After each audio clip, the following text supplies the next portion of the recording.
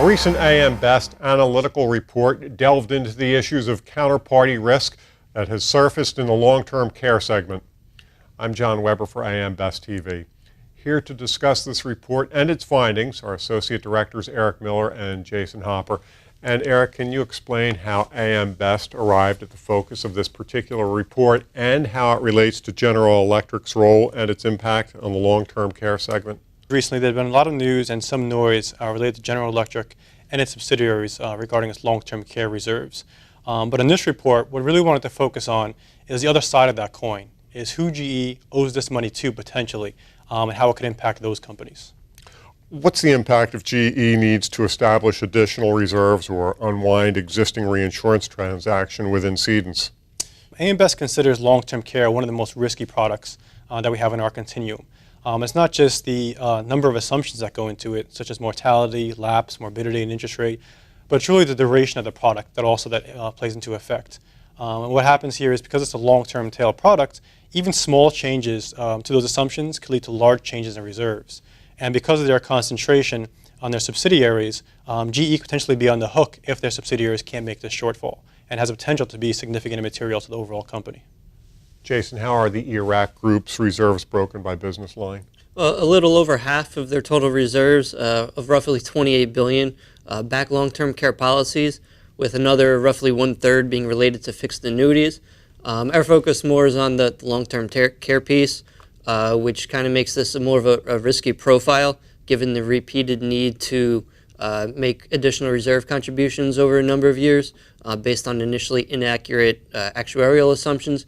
We would note that GE is not the only company that needs to continue to shore up long-term care reserves. This is more of an industry-wide phenomenon.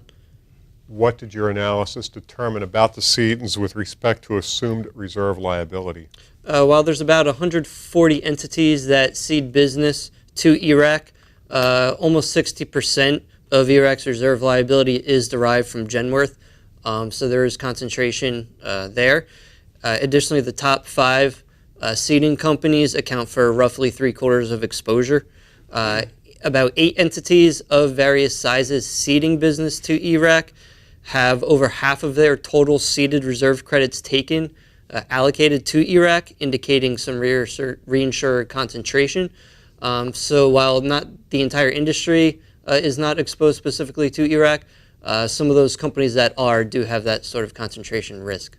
Erik, what can ceding insurers do to analyze their risk? Well, insurers, even though they're reinsuring this risk, they always want to be making sure that the original assumptions they laid out in the original product are being strictly adhered to and are playing out over the longer term. And if they're not, they got to make sure that the reserves are adequately reserved for, and if not, they have to make sure they're getting price increases on a regular basis to make sure the reserves are true.